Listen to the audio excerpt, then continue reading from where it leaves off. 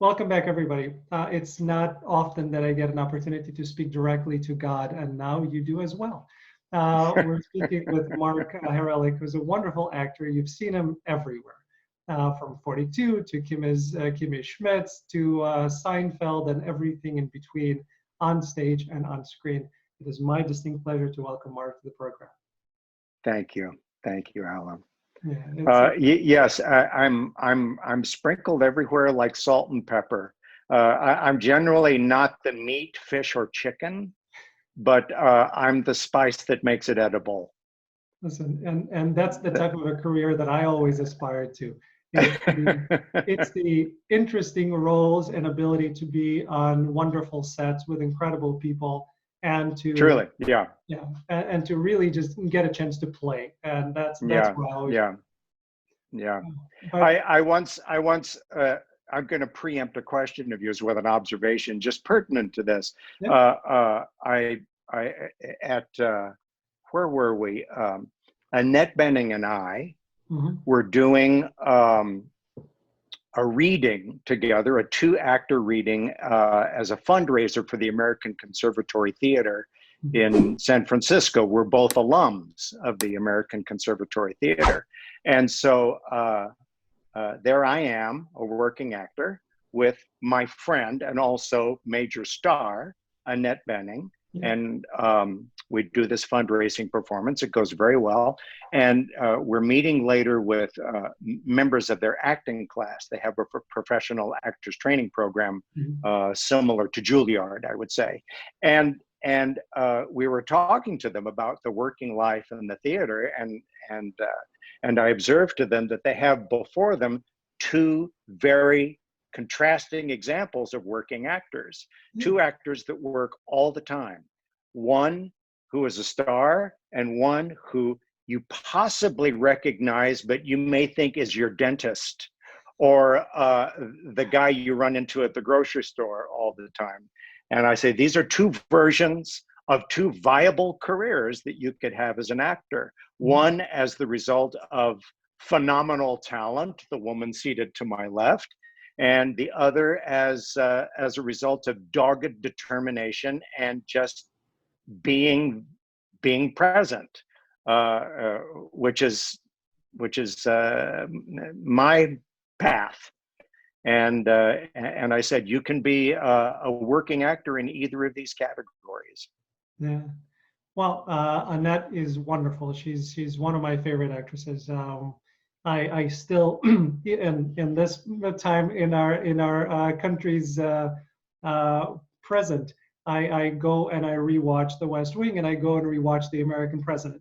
So Annette is very much in my kind of thoughts as to what. You know what? We're going to skip that political discussion, but I like. Okay, all right, but let's not forget also The Report, in which she plays Dianne Feinstein. It was great. That's true. Yeah, that's true. Fantastic movie.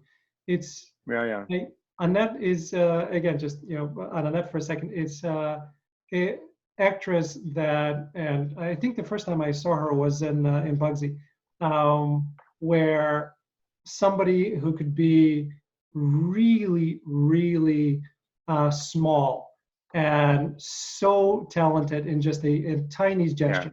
It was really, really nice to watch. Yeah. It's really what we all aspire to, that size on film. And she grew up in the theater and was trained in the theater, and to see a theater actor transition to that size of acting is it's witnessing a remarkable skill in action. Yeah, it's very difficult to do. And my example of an actor whose name escapes me at the moment, but will come to me in a second. Great theatrical actor who I watched in Bridge of Spies with Tom Hanks, and Mark Rylance. Yeah. And probably the 30 seconds or the first 30 seconds or the first minute that I watched of him work, I said, if he doesn't win an Oscar, I don't know what I'm talking about. Of how he's able to portray an enormity of emotions and circumstances and being so still. It was amazing. Yeah, yeah, yeah. So it's When you're on the set, with actors the quality of Mark Rylance and with that kind of technique, you can be standing, you can be in a scene opposite them, 2 feet away, 3 feet away, and actively being having the thought they're doing absolutely nothing. That person is doing absolutely nothing. This is the most boring thing I've ever seen. I don't see anything being communicated, but the lens goes right through the face, inside, and you see this whole active inner world. Yeah. You know, the stage actor has the task of enlivening that inner world and projecting it forward. Yep. And when you make the transition from stage to film, you enliven that inner world and actually suck in that projection. You retract it all, and it's the retraction that's arresting. Yeah. One of the least favorable compliments I ever received from a director on film is that said, you know, Mark, when you're acting, the amazing thing is that I always, no matter whether you're talking or not, I always know exactly what you're thinking. And inside I thought, oh shit, really? Yeah. No mystery whatsoever? No De Niro mystery? No Mark Rylance mystery? So it was intended as a compliment, and I really took it the wrong way and pouted for many days about it. And how did you come out of that? I'll try to be less expressive in this interview. Please do, please do. How did you come out of that type of a compliment, and how did it affect you as an actor moving forward? I would like to go back and do another take on everything I've ever shot. The advantage of working on stage is that you can go back in the next night and keep tinkering, keep reapproaching. It's much more like doing your own scientific peer review. You put out a hypothesis and you come in, you test it, you question it, you can come in from another angle. For the sake of spontaneity, you can deliberately move to another line of attack. On film, you can't do that. If you're given a number of takes, say if you're working quickly in television, maybe you get, you know, if the director's generous, you get 5 to 8 takes. And so the thing you strive to do, the first 3 takes are lost because you're just kind of finding what the center line is. Yeah. Then takes 5, 6, 7, and 8, 4, 5, 6, 7, 8 are trying to do what you would do on 5 subsequent nights on stage, come in from a different direction. And still trying to match where the hand is on the coffee cup so that the editor can use that take. Otherwise, that take is useless. So you have to repeat that. You have to hit the marks, but come in from a different direction. And it's immensely compressed and very complicated to do. And the higher the budget the movie is, and the larger your role is, the more takes you can get. That's where you get 15 takes, 20 takes, and you finally reach a point of exhaustion, do nothing, and the director says, that's the take I was looking for. But you know, the types of roles that I usually get are supporting or expositionary, which are para-supporting. And I usually have to work fairly quickly. I usually have to work within 3 to 5 takes. And so I just gotta be ready and do a lot of preparing and then perform with no thought whatsoever. It's a it's a fun challenge. It's a very fun challenge. So the last part, right before the challenge, performing with no thought whatsoever. That's the part that took me quite a while to get to. I just want to kind of dive into to your part of the process on doing that, because once I was able to get out of my head, I actually started being present. How did you come to that? Well, I started out as a pianist. Mm-hmm. I went to college. I had won some junior level concert piano contests, and I had a very good teacher in high school. And I auditioned for the music department at the University of Texas. I don't remember who the piano teacher was at the time, but it was someone of note that I had to audition for. I was accepted, and I was heading in that direction. There are the standard that we were working for at that time was Vladimir Horowitz. Mm-hmm. Horowitz was known for, on all of his recording, for a phenomenal number of mistakes.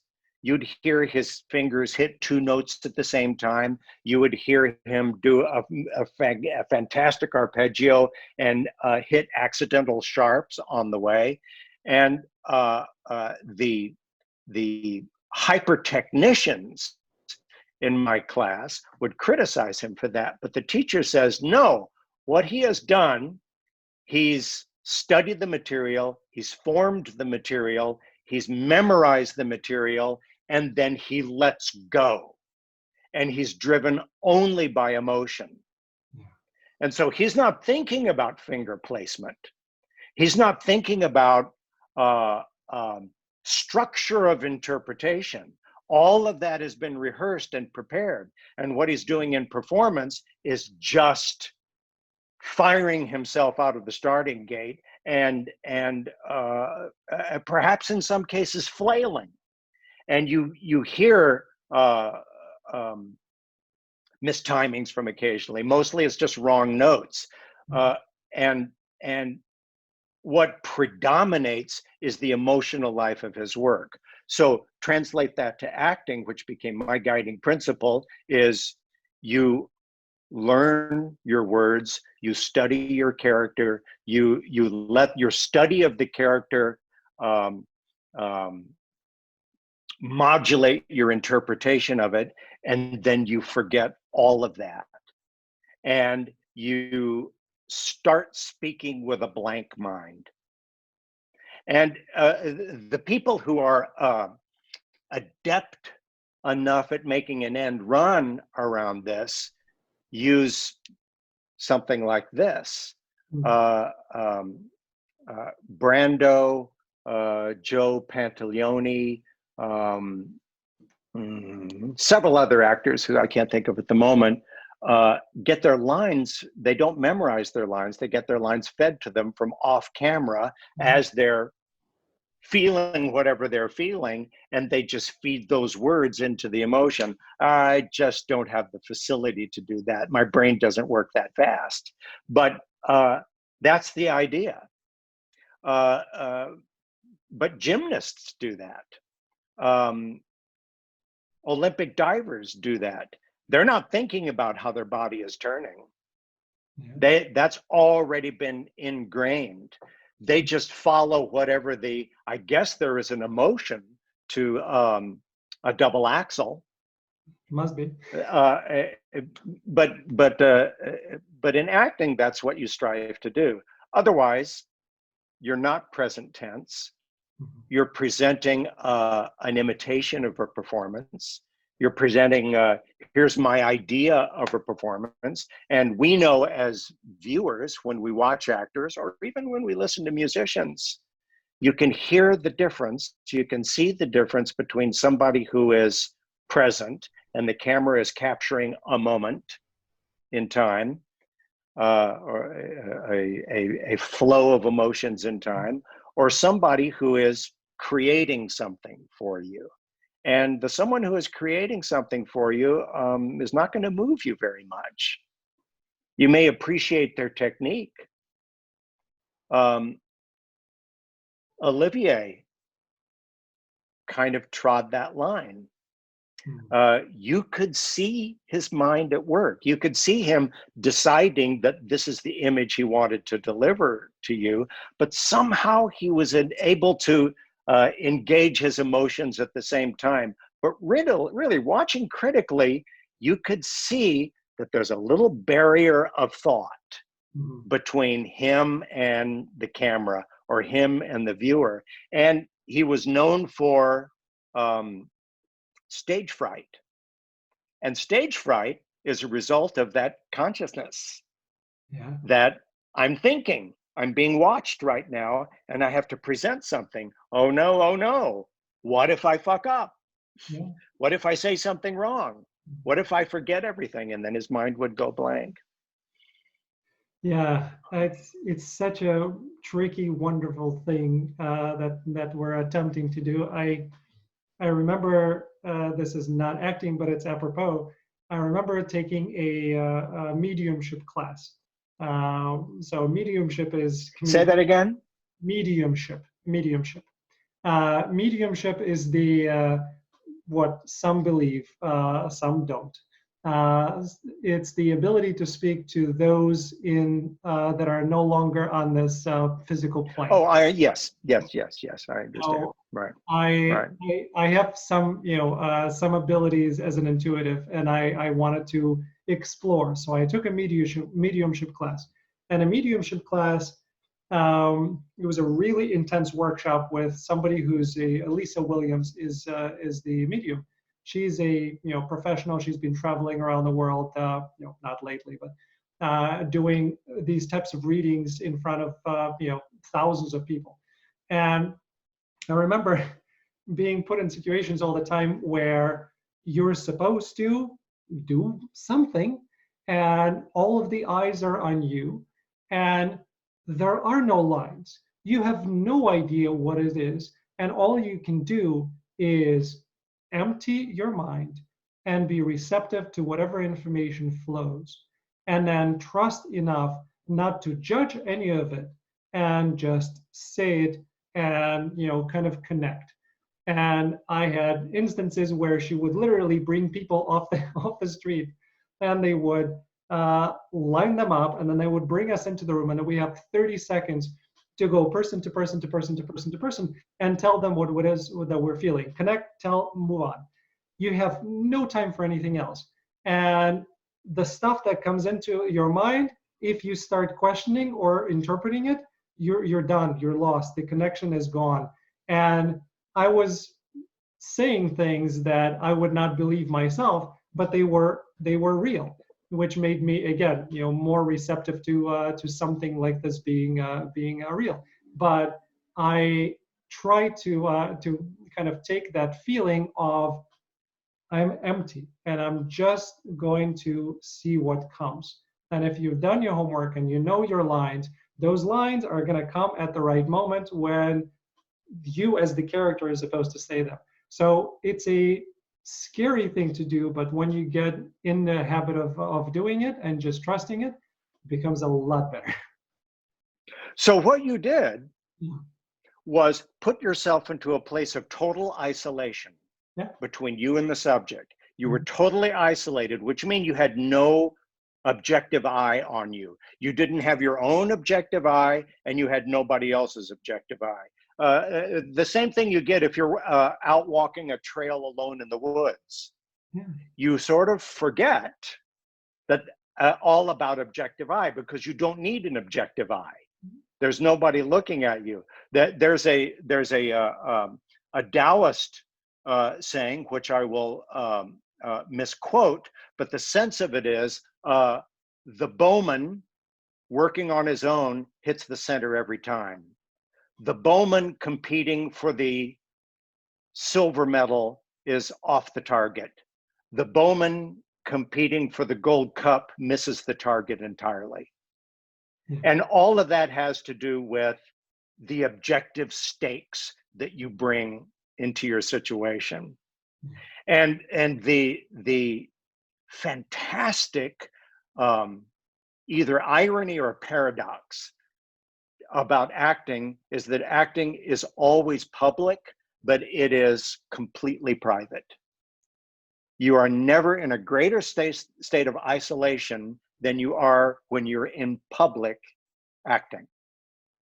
And we're taught, those of us who come up into the theater, to listen to the pitch of the room, to act for the person in the back row as well as the front row in order to expand out into the room. And there's even a way of doing that in a state of total isolation. I find that, do I really think this? Yes, I do. I find that achieving that state of isolation sometimes can be achieved with a meditative frame of mind, and sometimes it can be achieved with an arrogant frame of mind, sort of a necessary arrogance that is required when you're standing up on a stage and you're essentially saying, everybody shut up and listen to me. Everybody look at me. Everybody be in the dark, all the lights on me. Everybody shut up, look this way, and listen to me. And that, there's a better word than arrogance, but I can't think of it at the moment. But maybe it's sort of a meditative arrogance where you are able to isolate yourself, remove the objective view of the audience, because in a state of arrogance, you don't care. You don't give a shit. Right. You know, a lot of actors are aided by a very handy personality disorder that allows them not to give a shit about what anybody else thinks. And others of us have to achieve it by some means, but it's a state of isolation. Yeah. The actors who you have worked with, without naming names because that's irrelevant, but the actors who have that healthy not give a shit mentality, is it a put on mentality, or do they really not give a shit? Because it would seem to me like some of them may portray it, but are very sensitive to the opinions of others in reality. Oh, I think very sensitive to the opinions of others. I think that we know people, we know you know, stars and celebrities, but I think we've all witnessed people who aggressively don't give a shit because they're so easily wounded by what other people think or say. And there are other people who are truly able to turn off their focus on what other people say in a form of insisting on it. I think one instance that I can attest to is John Turturro, who on one project had to wait in his room, his trailer, for a long time when his scene was next. And the photographer, the director, all of the gaffers, it took a long time to set up the lighting. Long time, very specific lighting, very tight lighting, camera movement, very involved. So he waited. He was in his trailer. You're preparing. You're trying to stay neutral. You're trying to stay energy. So you time your banana. You time your caffeine so that you're ready. He's called to the set. He does one take. Then the photographer says, excuse me, John, give us just a few minutes. I want to move this light over here. And John says, no, this is my time. You had 2 hours to set up the lighting that you want. I spent my time getting ready. I am ready. I'm focused. This is my time. This is not your time anymore. So someone watching from the outside says, what an asshole. He's really not cooperating with the setting of this shot. But if you look at it from his point of view, I had to isolate myself from the lights, from the lens, from all of the gaffers standing off screen that are not really part of my reality. I had to isolate myself so that I can forget that we're in an artificial situation. And here you're bringing me back into an artificial situation. So I saw that as a productive arrogance, as a necessary arrogance. Someone in my position, if I'm coming in as a guest star, yes. Yeah, a guest star, yes. I'm doing a week in a storyline. If I start insisting on that, you know, I'm not going to be replaced, but I won't come back to that show again. Yeah, you know. Agreed. Don't hire Mark Harelik. He's a problem. He thinks he's John Turturro. Well, both, in my opinion, both are highly talented. And listen, you know, I'm sure that given the fact that you've reached and exceeded the 100 mark of projects and credits on IMDb Pro, you're doing well, and I think people have a positive opinion of your work. So right. Okay. Thank you. I'm still trying to achieve the Malcolm Gladwell benchmark, which is 10,000. Repetition of 10,000. Keep striving. I think if we count from junior high school on, I may have done that. Yes, and the amount of times I lied to my parents, thinking this is a really good lie. Yeah. Well, I mean, again, everything prepares you for the craft, so we can count it. I want to go back to something that you mentioned a little earlier, which is when you're working in a scene with somebody like Mark Rylance, and they are so small, and then you as a scene partner may not be getting anything that you need to work with. So my approach, and again, what I find helps me as a performer, is to be really connected to the other person, because you know their body language, their reactions, their emotions, things that I'm able to pick up on are things that help me be properly grounded in that moment. So I have never been in a scene with somebody as great as Mark, but from an actor perspective who's opposite of him, is it helpful? Is it a hindrance? How do you go about it? Well, I was, yes, you're absolutely right, and I think I misspoke myself. When you're doing a scene 3 feet away and you're thinking to yourself, he's doing absolutely nothing, I don't see what the performance is. That's because you're coming with performative expectations. Okay. But exactly as you say, you connect with them eye to. I mean, if you're deaf, you can see eyes and face.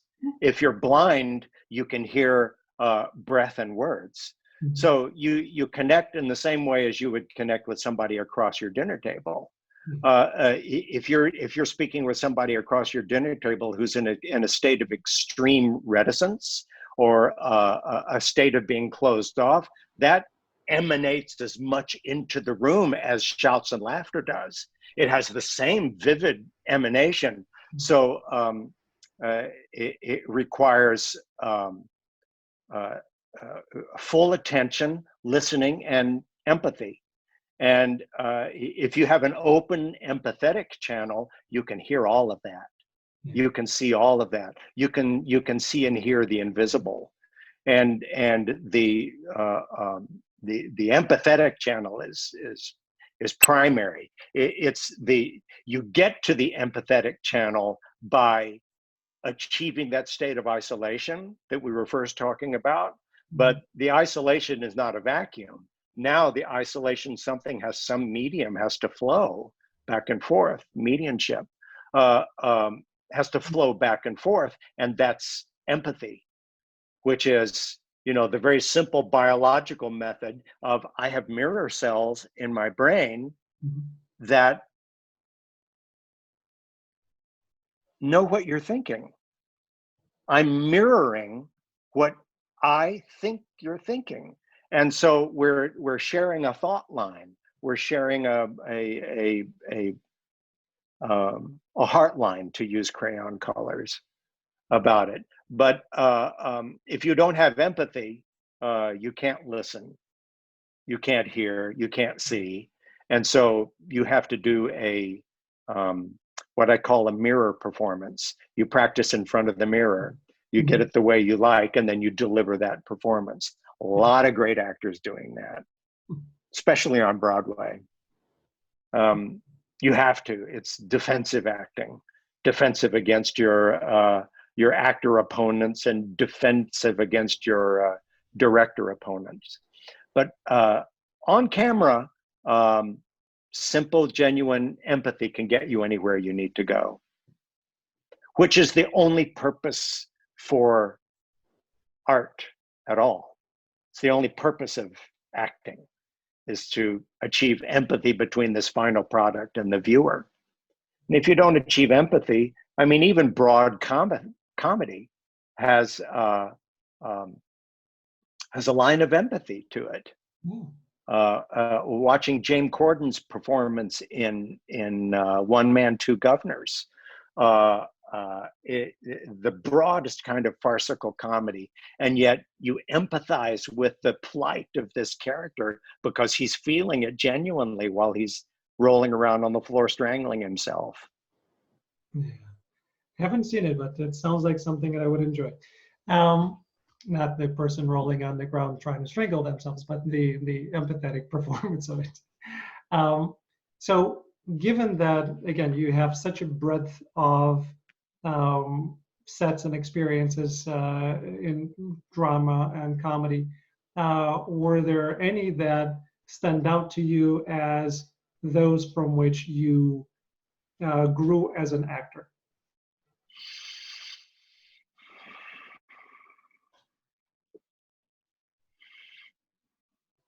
Yeah. One of them was working with Alexander Payne and Matthew Broderick in the film Election. Alexander Payne didn't do a lot of direction, but he did a great deal of observing.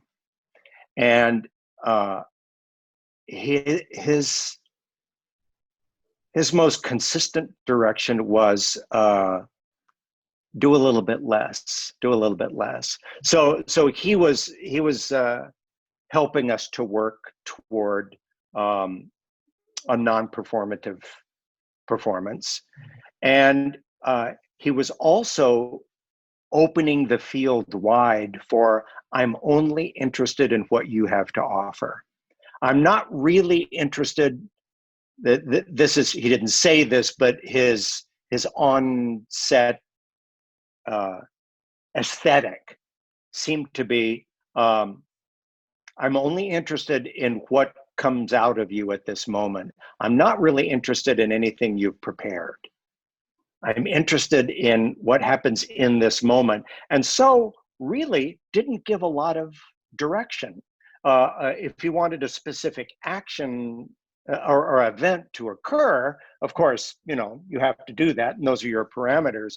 But it really, not that it was anything revelatory, but as a director, he really helped me stay on that focus of listening, reacting, and being on a spontaneous channel. And I will say the same thing about Matthew Broderick, because Matthew is, I found him to be incredibly friendly and also incredibly neutral, incredibly non-committal. And so this kind of both person / actor, you also have to tune in and observe and listen to very carefully. It's not as though they're putting a lot out at you that you react to as though it's hitting you. You have to reach in for something to react to. And I just loved it. I liked being challenged in that way, both of which were inviting me to come in, to lean in, to listen in, to look in, and not having to fend off and dodge and react to, which is also another way of, dancing with dancing with a scene partner. But this was, I suppose, dancing in the listening sense. So I can think of that. Another one was I did one role on with Jerry Seinfeld on his show Seinfeld, and strangely, he reminded me a lot of Matthew Broderick in that sense that you don't really know what he's thinking.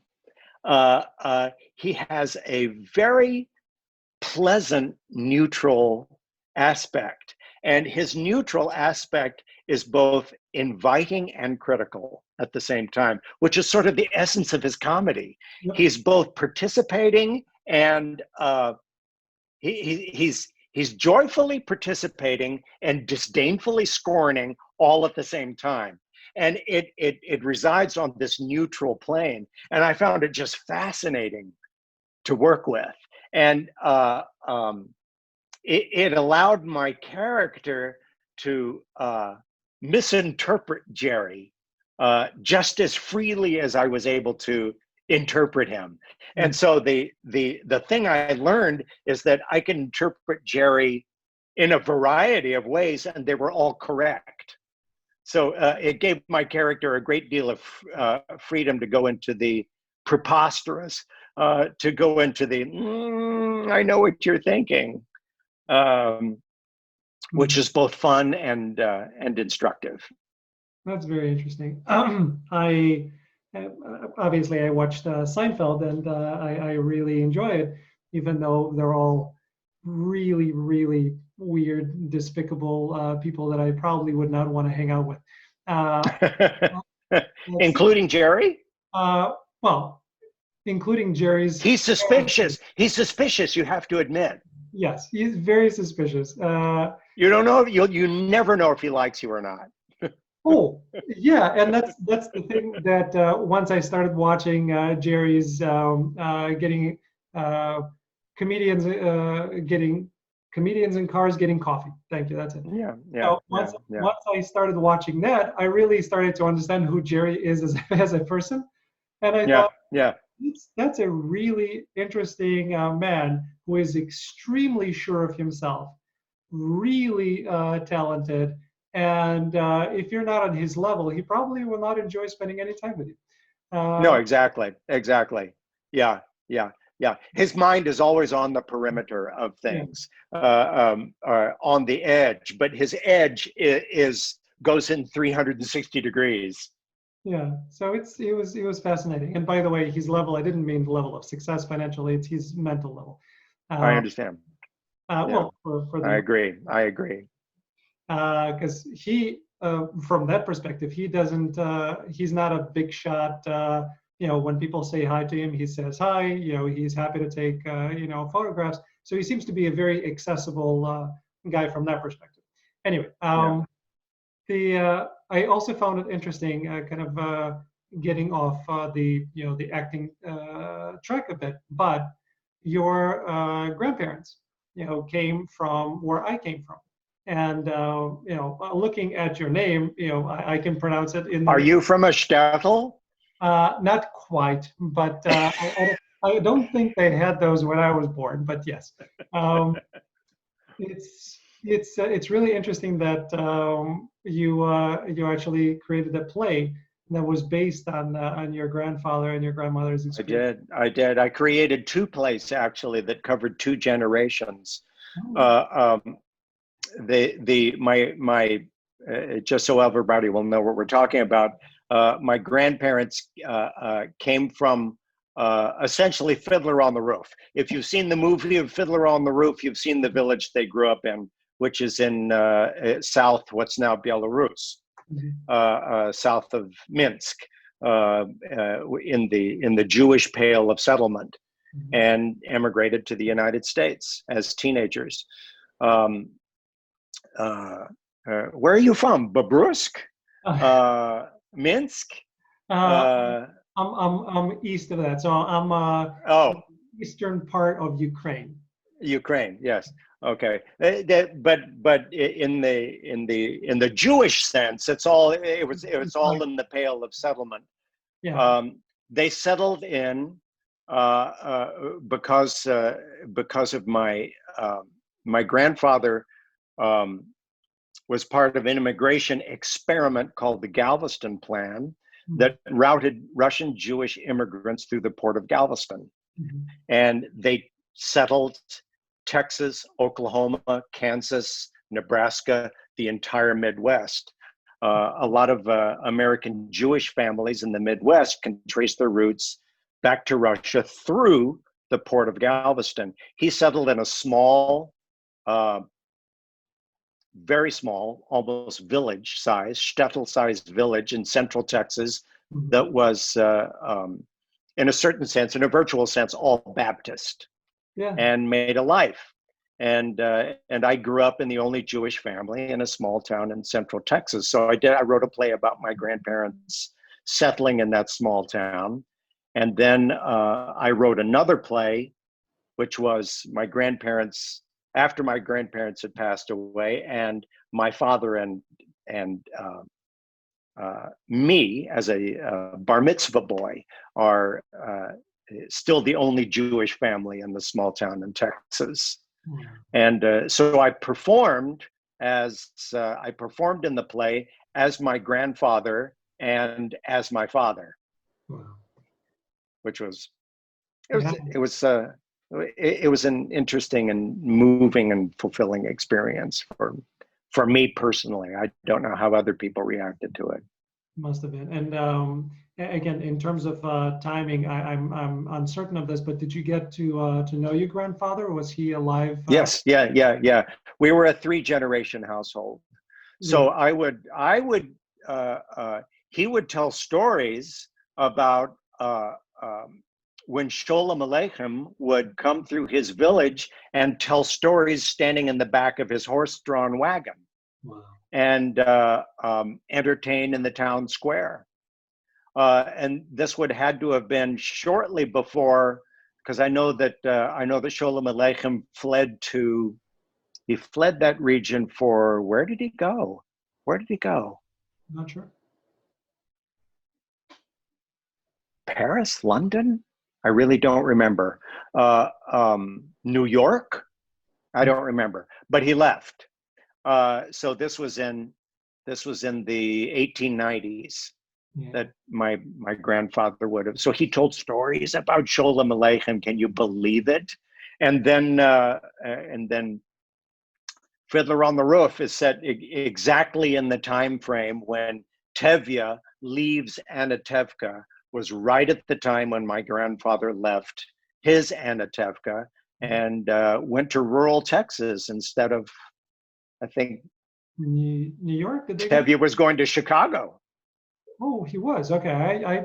Cousin in Chicago. Yeah, that's true. Being Jewish, Fiddler on the Roof. Still, anytime I watch it now, I made my kids watch it, but watching Fiddler on the Roof, it's always hard and heartwarming at the same time. It is. The film gives such a, from what I can tell from my research, gives such an accurate representation of life in a shtetl. And you and I, being Jewish, can say to our children, look, this is where your grandfather grew up. He walked in that muddy street. He had to draw water from that well by turning that crank. Yeah. And I remember, again, my parents are older. My parents are in their 80s. But their parents, there was a time when the Jews weren't allowed to live in the big city.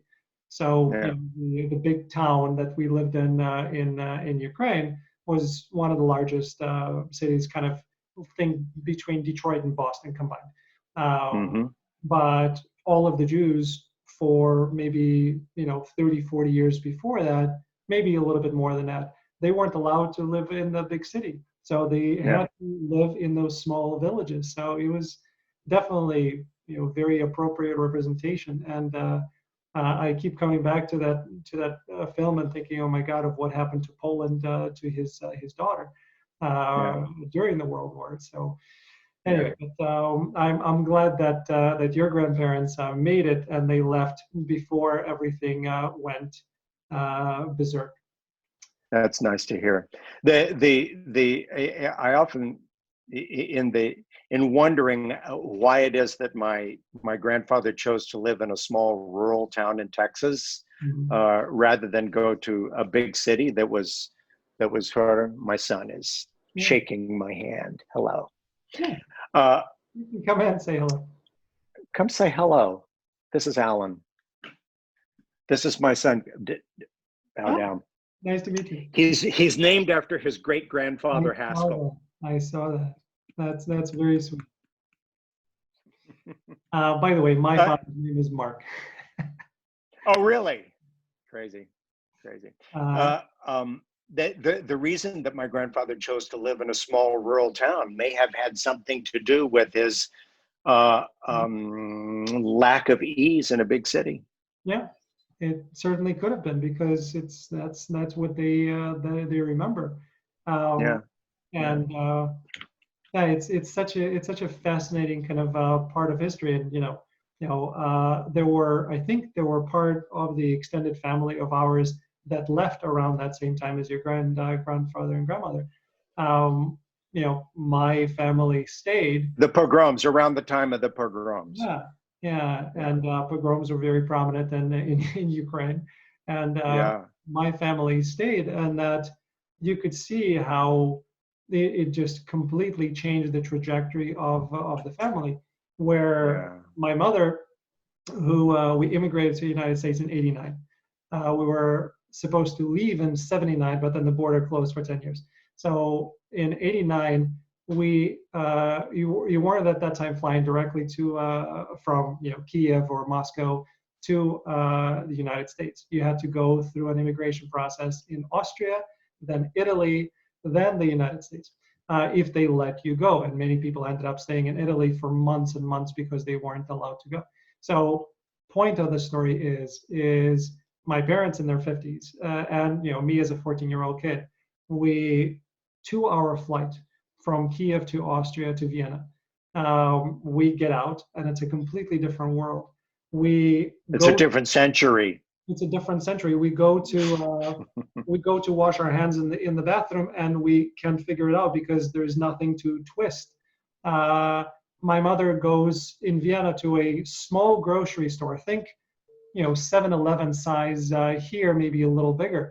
And she breaks down and starts crying because you want meats and you want cheeses and you want bread and everything is there instead of having to wait in line. And she basically said, what did they do to us and our families for 70 years? And it was hard to watch. And even when I was... This is what happens. Sorry. No, go ahead, please. I was just, even when I was older, my wife and I visited Germany. And being in a not a small city, but a smaller city in Germany, and kind of seeing things that reminded me of Ukraine. And I thought, well, this is what it should have been like. It was Düsseldorf, I think, was the city. This is what it should have been like, and it would have been normal. But that's what it was back in Ukraine, and they never made it that way. It was very, very hard to. We hear those same stories from defectors from North Korea. Yeah. They're and they've been taught that they are the wealthiest country in the world, and suddenly they go into a supermarket in Seoul and are stunned. Have you been back to your home? No. Well, first of all, there's no home, right? At that time when we were leaving, you hand in your passport because you're no longer a citizen of the country, and they don't want you to be that. So there was nobody there because everybody left and they moved to Israel or they moved to the United States. So there's pretty much nobody there. So when I grew up and I saw people from Poland, people from Bulgaria, people from Italy and Greece, they would in the summer go back and visit their relatives in different countries. we never had that option. So you kind of, you became a person with no country. You're no longer a citizen of one, and it's going to take you 5 to 6 years to become a citizen of another. So it's that whole experience. At one point, I'll write a book about it. But it's do you still speak Ukrainian? The part of Ukraine that I'm from, were Russian speaking. Yeah, it was mostly Russian speaking. So Russian was the native language. Ukrainian was a language that we learned in school, and I was fluent in Ukrainian. But since leaving Ukraine in 1989, that language goes away. So Russian we still speak. We made sure that our children, learn Russian to preserve that part of their heritage. But Ukrainian is a language that my wife understands really well. I can hear it, and I understand 60 to 70% of it. I can read it and understand pretty much everything. But if you have to speak it, forget it. Do you speak Russian with an American accent? I do now. It's really funny because I had to do some roles where I was asked to be a Russian-speaking person, and the question is, I really needed to make sure, because there are a plethora of Russian accents. Depending on where you're from, there are all sorts of accents. So, number one, which one of those do I take that befits the character? Yeah. And how do I make sure that it's authentic? Because my American pronunciation and dialects is starting to come through. So it's So Alan, you don't have a native accent. Apparently not. Yeah. It's fascinating. And when you were talking about your grandfather, I began to wonder if they were speaking Russian or Yiddish at home, and if that kind of went through to your generation. They spoke Yiddish. They spoke Yiddish at home, and we learned a lot of Yiddish expressions, but mostly it was their secret language when they wanted to gossip in front of us. Yeah. So we didn't really. My parents were full of Yiddish phrases, and in order to write, I had to write Yiddish dialogue in my play about them, The Immigrant. I wrote it in English and I had it translated, but I relearned a lot of Yiddish while it was being translated. And every single Yiddish speaker that I consulted about the translation said, no, you've got it all wrong. And the next translator would say, no, that person doesn't know what they're talking about. And no one could agree. So I finally just cut it down the middle. Yeah, well, I mean, you have a language that unfortunately is getting lost, and then you have Jewish people who are offering their opinions on the interpretation of that language. So you're going to have all sorts of disagreements. Yeah. As many interpretations as people. Yeah. Listen, Mark, it's such a pleasure speaking with you. I know that we can talk for another 2 hours and find conversations, but I found myself in a way in two worlds with you, is going back into my own history and heritage and getting an acting lesson. Oh, that's cool. I love that. I think that's what made it such a lovely conversation for me. Thank you, sir. And thanks to everybody for tuning in into another fascinating episode of The Love of Acting. We know you love it as much as we do, and that's why we do this. Thank you.